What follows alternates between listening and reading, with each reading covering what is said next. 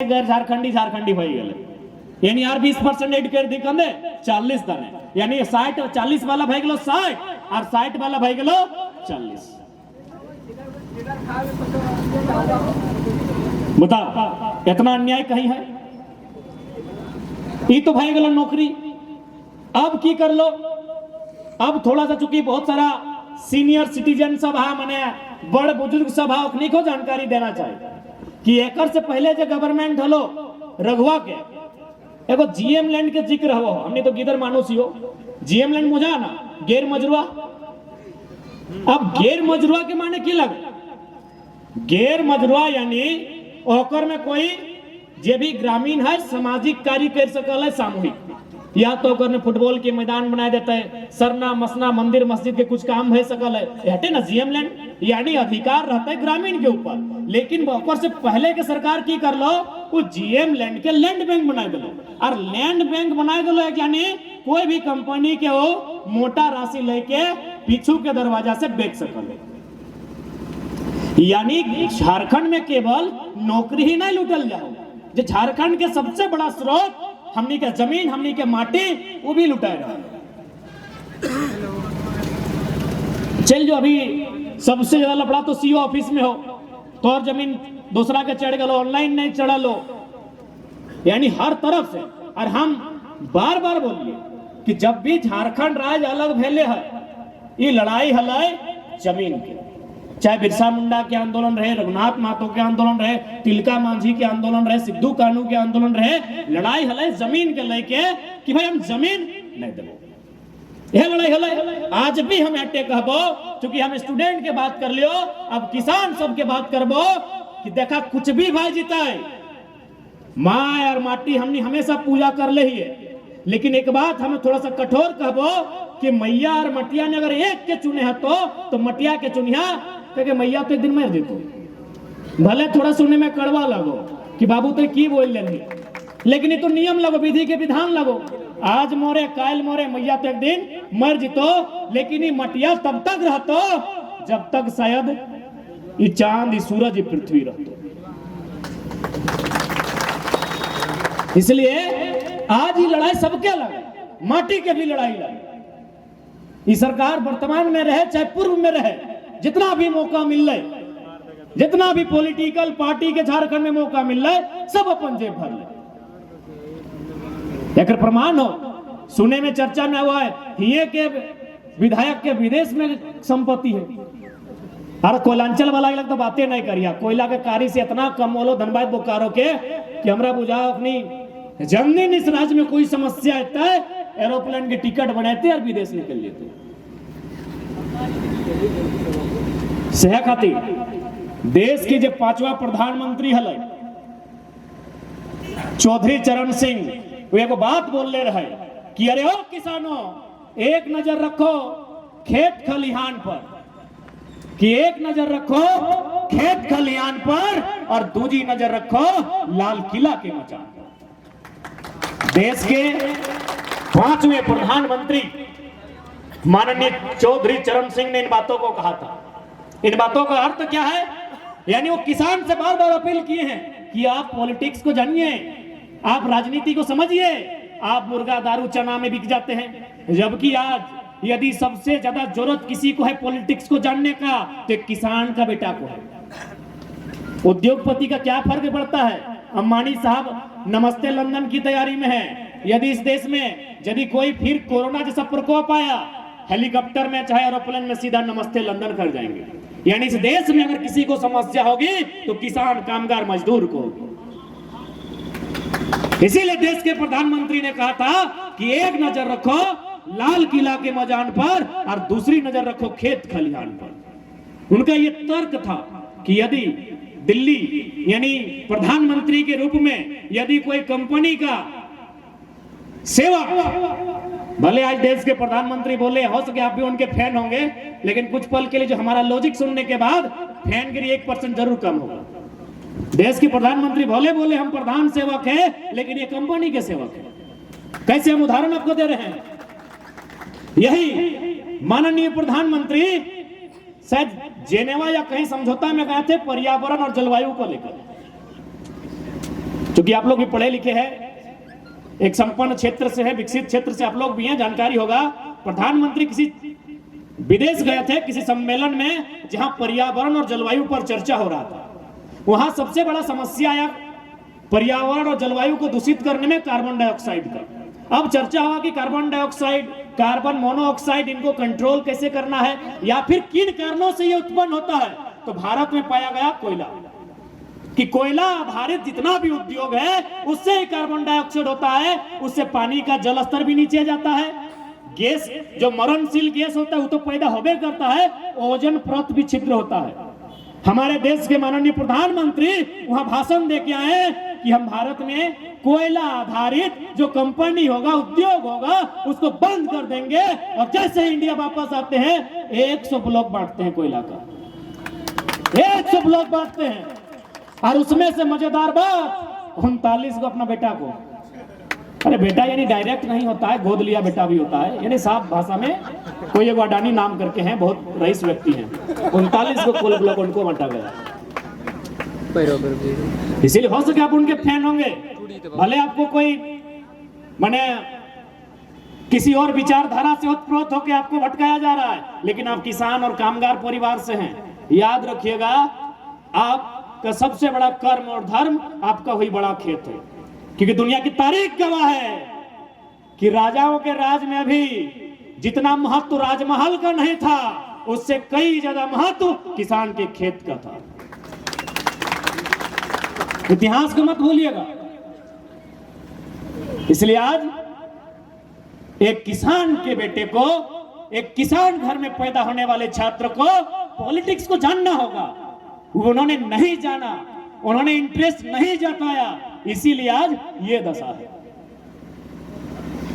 उसका उदाहरण है 3 गो कृषि का काला कानून। क्योंकि वो काला कानून कब आया था, बहुत सारे लोगों ने समर्थन दिया कि भाई नहीं सही हो सकता है, क्या कि उनके आका लेकर आए थे। लेकिन उनको भी बता दें, ये काला कानून आया था भारतीय संविधान अनुच्छेद 123, जो राष्ट्रपति का अधिकार होता है, राष्ट्रपति का विशेष अध्यादेश। इस कानून का प्रयोग कब किया जाता है, जब तीनों सत्र के अलावे, क्योंकि नियम भारत देश में चाहे रांची की राजधानी में जो विधानसभा है 3 ही टाइम बनता है जब सत्र चलता है, बजट सत्र हो, शीत सत्र हो या मानसून सत्र हो। लेकिन राष्ट्रपति का अध्यादेश तभी लाया जाता है जब देश में कोई इमरजेंसी हो, जब देश में कोई बाहरी शक्ति ने हमला किया हो। अब बताइए, कोरोना का टाइम है, किसान कानून कितना इमरजेंसी था? अगर इमरजेंसी ही था तो मेडिकल का कानून बनना चाहिए था। इसीलिए आज तमाम किसान परिवार से, किसान कामगार मजदूर वर्ग से हमारा निवेदन होगा, और भगत सिंह भी कहते थे कि भारत की असली का जो क्रांति है, जो असली क्रांतिकारी है, वो फैक्ट्रियों में है या तो खेतों में है। भगत सिंह ने भी अपने स्टेटमेंट में साफ कहा है कि भारत को यदि कोई असली आजादी दिला सकता है तो किसान कामगार मजदूर ही दिला सकते हैं, बाकी देख सकते हैं।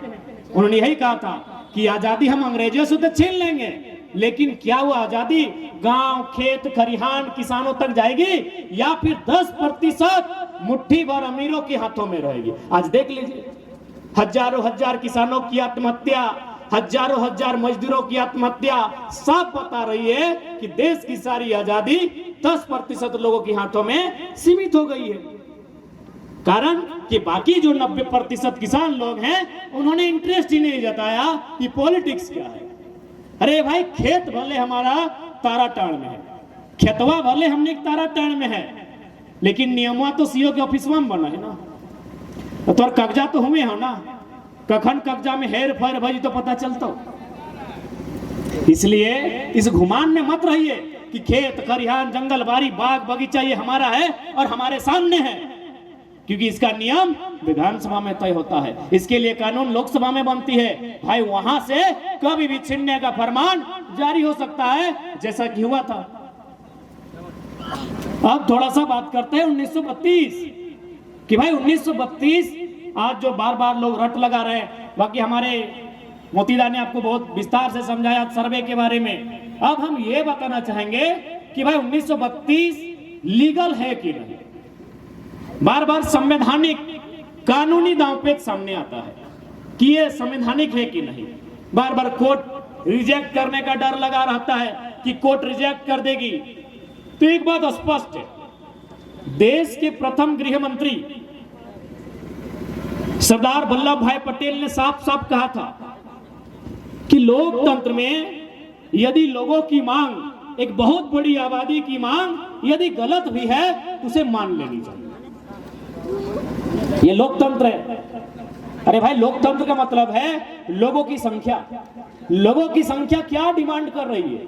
आज मीडिया के माध्यम से हो या फिर अन्य स्रोतों के माध्यम से हो या फिर कानून के जानकारी जो व्यक्ति है उनके माध्यम से आपको यह बताया जाता है कि 1932 का जो खतियान है, इसे माननीय उच्च न्यायालय ने 27 नवंबर 2002 के आसपास रिजेक्ट किया था। एक बात अस्पष्ट जानिए, रिजेक्ट करने वाला कौन है? ना माननीय हाईकोर्ट। हाईकोर्ट से ऊपर होता है सुप्रीम कोर्ट। आपने सुना होगा जल्लीकट्टू। जल्लीकट्टू में जिस प्रकार हम लोग कुछ क्षेत्र में मुर्गा लड़ाते हैं, शायद आप लोग यहाँ है कि नहीं जानकारी होगा, ठीक उसी प्रकार जल्लीकट्टू में शायद बुल माने जो सांड लोग है उसका एक प्रतियोगिता होता है। तो माननीय सर्वोच्च न्यायालय ने कहा कि इस प्रतियोगिता को रद्द किया जाए। इसलिए रद्द किया जाए कि इससे जानवरों को क्षति हो रही है। जल्लीकट्टू में ये जो प्रतियोगिता थी, माननीय सुप्रीम कोर्ट ने रद्द करने का आदेश दिया, लेकिन उसके महज कुछ घंटों में इतना उबाल आया, इतना बवाल हुआ कि तमिलनाडु के लोग सड़कों पर आए और एक लाइन कहा कि जब सुप्रीम कोर्ट का जन्म नहीं हुआ था उससे हजारों साल पहले से हमारी ये प्रथा है। सुप्रीम कोर्ट को पैक होना पड़ा। सुप्रीम कोर्ट को इसी देश में हमने देखा है, सुप्रीम कोर्ट को पैक होना पड़ा। तो अब तो हाई कोर्ट की बात कर रहे हैं, यहां तो हाई कोर्ट की बात हो रही है। जिस दिन झारखंड के 1% लोग, यानी आज मोटा मोटी 3.25 करोड़ की जनसंख्या है, उसका अगर 1% निकालें तो लगभग 3.25 लाख। जिस दिन 1% लोग कभी विधानसभा के बाहर, 1% लोग अगर विधानसभा के बाहर घेर कर खड़े हो जाएंगे और पानी तो छोड़िए अपना पसीना अगर टपका देंगे तो विधानसभा में बाढ़ आ जाएगा। अरे बम बारूद की तो बात ही हमने नहीं किया है, जिस प्रकार बिहार और यूपी में होता है, जिस प्रकार मणिपुर में हुआ था और असम में हुआ था। अगर यहाँ के लोग चुटकी बजा देंगे तो विधानसभा के कोई ईंट हिल जाएगा। लेकिन चूंकि यहाँ के लोगों में जागरूकता नहीं है, सब इंटरेस्ट नहीं लेते हैं, आज इसीलिए हमारे बीच ये कानून बनता है और गिरिडीह में, गोड्डा में 48 को मास्टर बाहर का बन जाता है। 1% लोग जिस दिन विधानसभा को घेर कर खड़े हो जाएंगे, जिस दिन इस राज्य में फिर से एक बार सारे लोग सड़कों में आके आर्थिक नाकाबंदी करेंगे कि खनिज हमारा है, जब तक हमें अधिकार नहीं मिलेगा ना यहाँ का कोयला हिलेगा, ना बालू, ना अभ्रक, सब ताला बंद किया जाएगा। कीजिए कितना केस करते हैं आप। जिस दिन ये उबाल यहाँ के एक एक नौजवान, एक एक छात्र, एक एक अभिभावक में आएगा, रांची से लेकर दिल्ली डोलेगी। 1% हम बात कर रहे हैं। हमारा जो जनसंख्या है उसका अगर 1% लोग इंटरेस्ट ले लें तो राज्य की दिशा और दशा एक दिन में तय हो सकती है। यदि आज लोग इंटरेस्ट नहीं लेते हैं तो हम दावे के साथ और तथ्य और तर्क के साथ कहेंगे, आने वाले 20 वर्षों में झारखंड की 20% आबादी शरणार्थी बनकर रह जाएगी। देख सकते हैं, धनबाद चले जाइए, ले बड़ा बड़ा ओपन कास्ट, किसी एक को डैम को उठाइए, पंचेत डैम, माथेन डैम, तेनू घाट का डैम, चांडिल का डैम। चांडिल का डैम बनने में 116 गांव डूबा है। उन लोग 6 तारीख को धरना में बैठने वाला है। चांडिल डैम आज से 50 साल पहले बना है, आज तक अधिकार नहीं मिला। तो इसलिए झारखंड है, आप इस गुमान में कतई मत रहिए कि हम तो बरगद के पेड़ के नीचे मेरा गांव है, सुंदर सुंदर आम है, सुंदर सुंदर पीपल का पेड़ है, छोटा छोटा नदी नाला है। इस गुमान में कभी मत रहिए, क्योंकि जो गांव आज डूबे हैं, एक एक झटके में, एक एक कानून में 150 गांव डूबा है। हमको लगता है गांडे प्रखंड में मिलाकर 150 गांव होगा। मिलाकर 150 गांव होगा। चांडिल डैम एक योजना में 116 गांव डूब गया है, 116 गांव। बोकारो बीएसएल सुने होंगे, आपके रिलेशन वगैरह कोई जॉब करते होंगे, 84 गांव विस्थापित हुआ है एक कानून में। सिंदरी में भी लगभग 50 गांव, जो एशिया की सबसे बड़ी खाद्य कारखाना में गिनी जाती है, 50 गांव विस्थापित हुए हैं। माइथेन और पंचायत का तो रिकॉर्ड हम लोग के पास अभी नहीं है। अभी सरायकेला में कुज्जू डैम बनने का तैयारी है, वहां 126 गांव विस्थापित होंगे, 126 गांव। तो इसीलिए आज झारखंड के लोगों के नसीब में ही लड़ना है। आज अगर लड़ लेते हैं तो आने वाली पीढ़ी कम से कम अमन चैन के साथ, खुशहाली के साथ अपना जीवन यापन करेगी। और अगर आज लड़ने में चूक होती है, आज यदि बोलते कि नहीं हमको लड़ने में इंटरेस्ट नहीं है, न जाने कौन सा फरमान बनेगा। क्योंकि आप भी बड़ा कर नदी के किनारे हैं, क्या पता कोई नया डैम आ जाए। क्योंकि राज को चलाने वाले मुट्ठी भर पूंजीपति लोग हैं। डैम भले बोला जाता है कि हाँ मछली पालन होगा, ये पानी किसान तक जाएगा, गलत बात है। सारा पानी कंपनी और फैक्ट्री को जाता है। तो जिस दिन मुख्यमंत्री के किसी रिलेशन का या प्रधानमंत्री को उसी बेटे का मन आया कि यहाँ फैक्ट्री खोला जाए, नदी को टेका जाए, न जाने कितना गांव डूबेगा, कोई जानकारी नहीं। अब आप कहेंगे कैसे? गोड्डा उदाहरण है।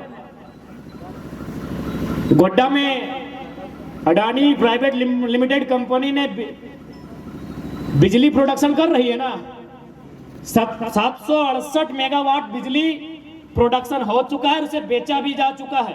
किसको? बांग्लादेश को। हमर पानी हमर पसीना, हर बिजली जले तो शेख हसीना। पानी हमर, टप टप टप टप पसीना हमर, बिजली बनते हमर जमीन में, और बल जले तो बांग्लादेश के महारानी। पूरा दुनिया में ऐसा अन्याय कहीं नहीं हो रहा है। अडानी प्लांट का हम लोग थोड़ा सा स्टडी किए कि झारखंड आने से पहले प्लांट कहां बसने वाला था। उड़ीसा में जमीन मांगा गया, उड़ीसा में जमीन नहीं मिला। बंगाल में जमीन मांगा गया, बंगाल में जमीन नहीं मिला। कहे नहीं मिला? न बोला कि सब बिजली इंटरनेशनल कंपनी है, विदेश को